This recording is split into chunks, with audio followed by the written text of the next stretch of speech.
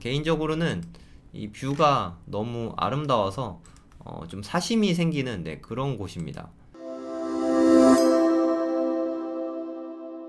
싼 거 하나 봤으니까 이번에는 좀 고급진 거 그러니까 좀 사심 들어간 걸로 하나 좀 보도록 하겠습니다. 내가 살고 싶은 집? 약간 좀 이런 느낌으로. 사건 번호가 되게 좋습니다. 2022 타경 둘둘둘 2밖에 없어요. 2 5번 치면 나오는 22222 2022년 타경 둘둘둘 요런 번호예요. 이거 보고 저는 좀 깜짝 놀랐어요. 일단 실평수가 한 47평 정도 되고요. 실평수로 47평. 구조는 여긴 안 나오는데 이따가 제가 좀 보여드리도록 하겠습니다. 구조도 상당히 좋아요. 뭐 요런 곳이에요. 아이파크 뭐 고급지지 않습니까? 제가 이번 주 내로 드론 영상 띄운다고 했잖아요. 요 앞에서 띄웠습니다, 사실. 뭐 여러 군데서 띄우긴 했는데 제 해운대구 쪽이랑 다 드론으로 한번 보여드릴게요. 이렇게 보면 감이 잘 안 와도 드론으로 보시면 감이 좀 오실 거예요. 제가 자세히 오늘 원래 하고 싶었는데 목이 너무 아파갖고 그리고 그것까지 하면 새벽 2시니까 제가 또 4시 40분에 일어나야 되거든요. 하여튼 뭐 요런 곳이다. 46층 중에 36층. 그러니까 아이파크가 제일 높은 거는 한 72층 됩니다. 제일 높은 동은 아니고 이거는 3동이에요. 주동 3동. 3동이 어디냐면 요쪽이 3동이에요. 요쪽의 장점이 뭐냐면 이 동네에 여기 ACT 있고 해운대 있고 여기 마린시티 있고 광안리 해수욕장 있고 그렇거든요. 이 동네에서 가장 뷰가 아름다운 것 중에 하나가 이 광안대교거든요. 광안대교가 낮에는 뭐 그냥 그런가 보다 하는데 야경이 정말 장난이 아니죠. 야경이 예술이지 않습니까? 광안리 해수욕장에서 이 광안대교 밤에 야경 바라보고 있으면 시간 가는 줄 모르죠. 맥주 마시면은 진짜 끝도 없이 들어가고 좀 그런 곳입니다. 광안대교 주변은 다 그래서 비싸다라고 생각하시면 돼요. 이쪽으로 가면은 용호동에 W, 엄청 비싸고 삼익비치타운, 언제 재건축 될지 모르겠지만 비싸죠. 뷰가 그대로 나오니까. 그리고 이쪽에 마린시티, 당연히 비싸죠. 마린시티 모르시는 분 없지 않습니까? 부산 하면 마린시티가 생각나잖아요. 그러면 광안대교 뷰가 되게 중요하니까 광안대교가 잘 보이냐? 이게 좀 핵심 중에 하나라고 생각하시면 됩니다. 그럼 얘가 몇 호 몇 호냐? 3동에 3603호다. 3동 3603호가 어디 붙어 있냐? 그러면 여기 붙어 있다고 합니다. 3동은 참고로 이렇게 전체에 있는 것 중에서 요 앞동이 3동인데 3동에서도 구석지죠. 요쪽이 3동이다. 사실 여기가 뷰가 가장 좋을 것 같은데 여기 나쁘진 않은 것 같아요. 3603동. 밖에서 로드뷰로 한번 볼게요. 어떻게 보이는지. 일단 요 바로 앞에서 한번 먼저 보겠습니다. 요 라인이에요. 요 라인.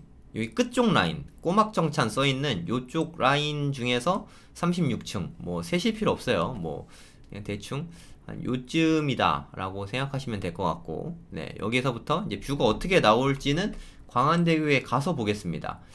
우리가 중요한 건 광안대교 보니까 광안대교에서 이렇게 했을 때 요 건물이에요. 요 건물이 한 46층 중에 36층. 요 건물에서 46층 중에 36층입니다. 여기가 46층이니까 한 요쯤 되겠죠. 요쯤. 어때요? 뭐 잘 보일 것 같습니까? 안 보일 것 같습니까? 지금 우리가 서 있는 데가 광안대교예요. 아니 광안대교에서 여기가 이렇게 잘 보이는데 여기서 이쪽도 너무 잘 보이지 않겠습니까? 그죠? 그리고 뷰 방향을 보면 정말 좀 매력적이었던 게 정확하게 광안대교가 뻗어 있는 그대로 이렇게 보이는 것 같아요. 이쪽 뷰로 뭐 광안대교도 보일 거고 이쪽에 뭐 용호동 W 있는 뭐 이쪽에도 좀 보일 거고 그냥 뭐 전반적으로 이쪽에 뭐 야경들은 좀 다 보일 것 같다. 뷰가 예술일 것 같다 라는 생각이 좀 듭니다. 참고로 마린시티 좀 간략하게 말씀을 드리면 나중에 드론 영상에서 좀 자세히 말씀드리긴 할 텐데 가운데에 있는 게 제일 높아요. 위부더 제니스라고 이게 좀 상당히 높은 편입니다. 이게 한 80층 되고요. 제일 높은 게 이 세 개의 빌딩으로 높은 빌딩으로 돼 있고 한 개의 좀 상업용 낮은 빌딩으로 상가 전용으로 좀 낮은 게 있고 해운대 아이파크는 요런 것들이 뭐 이렇게 좀 높은 것 같고요. 얘네들은 좀 낮았던 것 같아요. 이렇게 세 개가 뷰가 얘는 이쪽 나올 거고, 뭐 얘는 이쪽 나오고, 얘는 이쪽 나오고. 근데 이쪽은 바다 뷰가 아니라서, 그러니까 뭐 요런 뷰니까 요트장이거든요. 요트장 뷰도 요트장 뷰인데 이쪽으로 보면 야경이 정말 예술입니다. 저는 이쪽이 더 아름다울 줄 알았는데 아니었어요. 네, 이쪽에 야경 나오는 게 훨씬 예쁜 것 같아요. 네, 이쪽에 광안대교 뷰랑 이쪽에 시티뷰, 이쪽이 개인적으로는 훨씬 낫지 않나 하는 생각이 좀 듭니다. 네, 제가 여기 예전에 임장 갔을 때 정말 다 들어가 봤거든요. 부산 대우 트럼프 월드마린 이쪽에서 이 바다뷰 나오는 데는 그냥 망망대해라서 좀 재미가 없더라고요. 네. 그리고 이게 아델리스, 그리고 여기 또 보면은 뭐 하이페리온 뭐 이런 게 있죠. 대우 월드마크 해운대 이것도 경매에 나왔더라고요. 네, 지분이긴 한데 이거는 오피스텔 같은 느낌이에요. 숙박시설 약간 좀 이런 거고, 이쪽으로 보면은 동백섬 뷰예요. 네, 여기 이제 뭐 이렇게 섬같이 이렇게 써있죠. 이게 동백섬이고 요 바로 옆에가 해운대랑 이렇게 이어진다라고 생각하시면 될 것 같아요. 대충 조금은 아시겠죠? 마린시티. 뭐 부산 주민분들이 들어보시면 뭐 저거 뭐 너무 당연한 걸 저렇게 얘기해 하시겠지만, 또 부산을 모르시는 분들도 있으니까 네, 그런 분들을 위해서 설명을 좀 간단하게 해드렸어요. 하여튼 마린시티는 부산에서도 가장 좀 상징적인 곳이고 또 대형 평수지 않습니까? 그럼 그래서 얼만데 이게 궁금하시죠? 154.6, 154로 찾아보면 될 것 같아요. 154. 부동산에서 얼마에 나오는지 한번 보도록 하겠습니다. 그냥 면적순으로 해서 154를 찾을게요. 네, 154. 네. 여기 고층이니까 68평형이라고 합니다. 근데 이건 뭐 별로 이렇게 의미 없어요. 네. 주상복합은 68평이 뭐 그렇게 크진 않아요. 솔직히 말해서 약간 좀 오피스텔처럼 서비스 면적이 없어갖고 46평. 이거는 뭐 아파트 기준으로 한 42평? 아니 그 정도까지는 아니고 아파트 기준으로 한 이제 40평대 정도 생각하셔야 돼요. 이거를 60평대 생각하고 보시면 좀 작게 느껴지실 겁니다. 50평보다 작게 느껴지는 것 같아요. 근데 이게 좀 거래가 없어요. 네, 18억에 2020년에 되긴 했는데 지금은 거래가 없고, 호가 나온 거는 제일 싼 것도 한 30억? 154인데 뭐 제일 싼 것도 뭐 요 정도 되니까 비싸죠. 네, 요런 구조로 생겼다라고 생각하시면 될 것 같아요. 그러니까 이쪽이 뷰 나오는 곳이다. 뭐 이거 투베이 뭐 이런 게 의미가 없어요. 타워형이기 때문에. 방이 4개고요. 방이 4개고 화장실이 3개예요. 화장실 3개 너무 좋다. 개인적으로 화장실 3개인 집이 좋더라고요. 화장실 3개인 집에 세종시 살 때 살았었는데 어찌나 편하든지 저희 4 식구인데도 가끔 이게 모자랄 때가 있더라고요. 이쪽의 뷰로 광안대교를 좀 볼 수 있지 않을까 싶거든요. 멋질 것 같죠? 36층 뷰. 뭐 아주 좋을 것 같습니다. 네, 금액은 지금 한 22억까지 떨어졌어요.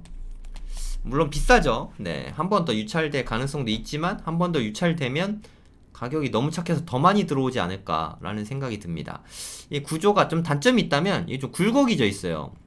특히 뭐 요런데 굴곡들, 네, 요런 게 조금 불편한 것 같아요. 실제로 임장 가봤을 때도 이런 굴곡 때문에 공간이 조금 죽는다라는 느낌이 좀 들더라고요. 약간 좀 서울의 트리마제, 여기도 좀 굴곡져 있잖아요. 그쵸? 창이. 여기도 좀 공간이 좀 죽는 느낌이 좀 있어요. 네, 그런 게 좀 단점이지 않을까 싶고. 근데 방이 4개인 건 되게 장점인 것 같아요. 뭐 거실도 그렇게 작진 않은 것 같고. 근데 뭐 거실 테라스 공간 뭐 이런 건 없으니까. 그래 좀 관리비는 조금 꽤 나오는 편입니다. 한 여름에 한 70 몇만 원 정도 나온다고 평균적으로 써 있는 것 같아요. 한번 볼까요? 관리비가 여름에는 한 80만원 정도 나오네요. 여름엔 80만원 정도 나오고, 겨울은 오히려 덜 나오죠. 겨울이 왜 덜 나오냐면 여기는 유리로 돼 있잖아요. 햇빛이 들어오는 건 되게 잘 들어오거든요. 나가는 건 잘 안 나가고 약간 좀 온실 느낌으로 생각하시면 돼요. 그래서 좀 하절기는 에어컨을 좀 많이 틀게 된다. 그래서 좀 많이 나온다. 이렇게 생각하시면 될 것 같아요. 개별 관리비가 전기세 포함이니까 한 80만원 정도 에어컨 많이 틀어서 이렇게 나온다.